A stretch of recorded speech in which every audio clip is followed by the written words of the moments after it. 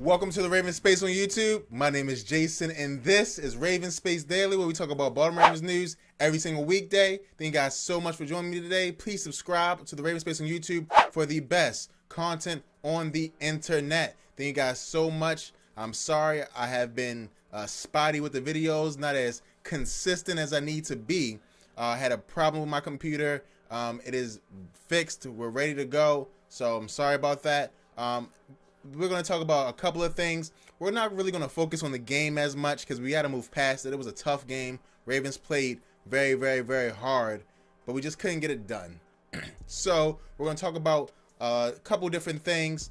We're going to talk about how the playoff picture looks now with the Ravens right now out of the playoffs. We're going to talk about how the Ravens are going to move on from this game to be a real competitor in these next 3 games. And then we're going to talk about a future star who I was wrong about. And then we're going to do the mailbag questions of the day and then the comment of the day. And like we do when we do live stream, I'm going to take some of you guys' questions from the live chat. So I'm excited. Let's hop on into the first topic. And this topic is about the Baltimore Ravens, of course, and the Ravens are currently the 7th seed in the AFC playoff race after the loss to the Steelers. So, the only thing I can say right now is that it was a tough game, and right now, because of that tough game, we are out of the playoffs. Can we get back in? The answer is yes, and we'll talk about moving on next. But we're going to talk about the scenario with the playoffs and how it is affected right now. So right now the Ravens are 7th. That means the Bills are the 6th spot right now. And if we want to make the playoffs, we need to win these next 3. But we also need, you know, a little oomph from other teams to lose.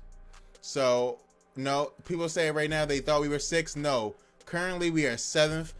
Because the Bills are winning in the tiebreaker because they've beaten teams that we've played and we've lost to. So it's fine.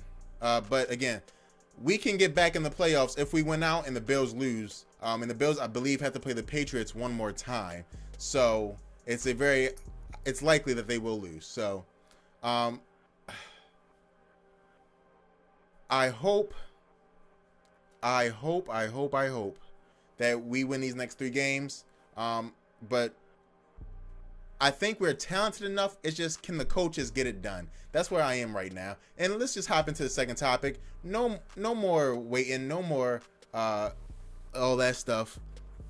And before I go on, someone is clarifying for me. Ravens Fan 52 says we don't need them to lose. So thank you for clarifying in the live chat.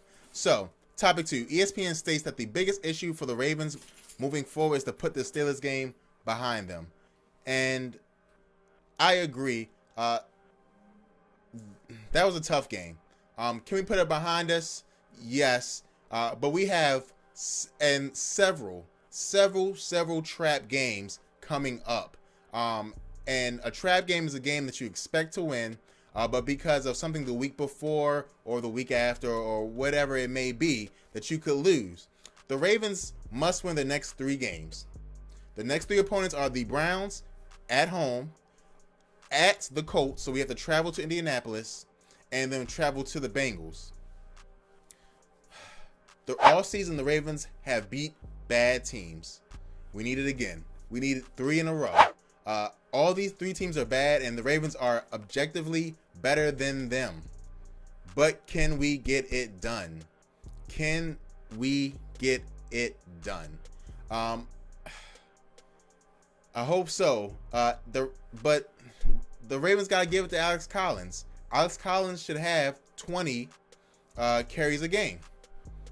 That should be simple, right? For some reason, he gets 15 and 17. Okay, Danny Woodhead should not be in the game for most of the first quarter. Danny Woodhead is good, but our passing game is just not there for him to be a focal piece. We got to do this. We got to do this. Defense, I'm a little worried about, how we performed, but again, we got to move on. We played one of the best offenses, in my opinion, maybe even the history of the NFL, because there's never been, in my opinion, a running back like Le'Veon Bell and a receiver like Antonio Brown. So, we can win these next. We can win these next three. The coaching has to come through. If the coaching comes through and Joe Flacco throws the ball on point, I think we have a chance to be in the playoffs, and I'm excited. I told you guys that we weren't going to win out because I really did not see us beating the Steelers. And I thought in the second half, I thought we were going to win that game. But now it's time to move on and get these next three done. Let me know in the comments below if you think we can do that, if you think it's going to happen. I do, but I am nervous. So now we're going to go into the topic that I've been excited to talk about. Marlon Humphrey will be a star, and I was wrong. I was completely wrong on this. If you guys know, if you guys been watching since the very beginning, I was very upset about Marlon Humphrey being taken over OJ Howard because I thought we needed more oomph on offense. I thought that all the way until this game, but I think I have changed my tune simply because of what I saw last night. Marlon Humphrey was a star. And when I say a star, I mean a star. If you ever seen Jalen Ramsey play for the Jaguars, that's what I was getting flashes of. I mean, Marlon Humphrey looks just like Jalen Ramsey. And I think Jalen Ramsey's a Defensive Player of the Year candidate right now. I'm super excited. I'm excited about this young man. There's a play in particular that they showed on, the replays and different things like that. And it was where Humphrey was playing man coverage, and the play was a play where Ben Roethlisberger extended the play. In the past, Ravens cornerbacks have gotten lost. They have looked at Ben Roethlisberger. They have went past the receiver. They stop looking at him, and then the receiver sneaks off and gets an open catch, right? And you see quarterbacks like Ben do that to young corners. You see Aaron Rodgers do that to young corners. Listen, that's one of the hardest plays in football, on a scramble drill, to stay in your man's hip pocket, and he did it perfectly. That boy can play. I was wrong. And now, again, he didn't stick Antonio Brown most of the time, and when he did stick Antonio Brown, he always had help. And Brandon Carr did not. So Brandon Carr had a bad game, but the Ravens secondary all had a bad game. Every single one except for Marlon Humphrey had a bad game. Tony Jefferson got put in the dirt several times. Eric Weddle got put in the dirt several times, missed tackles on a touchdown once. Brandon Carr was getting burnt like toast, and Marlon Humphrey was the only person consistently playing, but he did miss tackles too. So, he missed tackles. So everyone had a bad game, but I thought Marlon Humphrey was going to be a star when it comes to one-on-one coverage.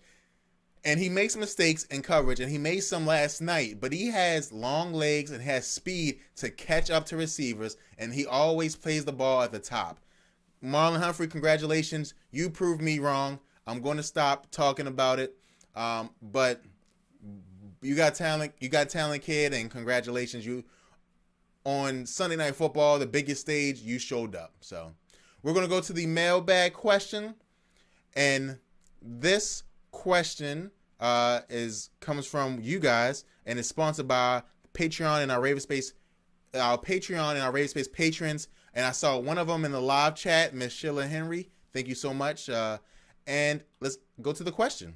And it comes from Battle Crafter, and he asked, do you think the Ravens need to draft a receiver that is physical in the first round, or just the best receiver in the first round? Thank you so much. So this year, now this is kind of getting to my draft strategy. Not my draft strategy, but how I like football teams to be built. And you're going to learn more right now. And so, do you need a physical receiver? No. But you do need a receiver to do two things.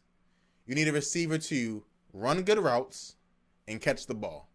If a receiver can't do anything else but run good routes and catch the ball, the receiver will still be a great player. You have players like Marvin Harrison, who was never the fastest, who could never jump the highest. He ran good routes. He caught the ball. Anquan Bolden, he was even short, right? Anquan Bolden's short compared to Calvin Johnson, all the the big hulks. He runs good routes. He catches the ball. That's it. Antonio Brown runs good routes, catches the ball.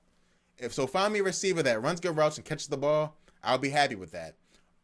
Even and the most recent thing is Odell Beckham came out, wasn't the fastest, wasn't the most explosive, but he ran good routes and he caught the ball in college, and he came to NFL, and the two skills that transfer, running good routes and catching the ball, right? You see Brashard Perriman, who did not play last night when we needed him in the fourth quarter, and guess what he can do? He cannot run good routes, and he cannot catch the ball. So we need to find a receiver that does that, and then add the physical stuff on after that. Now we're going to go to the comment of the day. Simple, sweet. And this question comes from Speedy Reedy 1218. And his comment is simple. We missed you, dude. I missed you guys too. And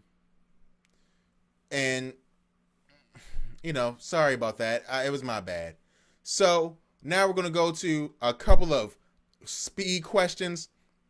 And this we're going to go in. And let's go to the first question right here.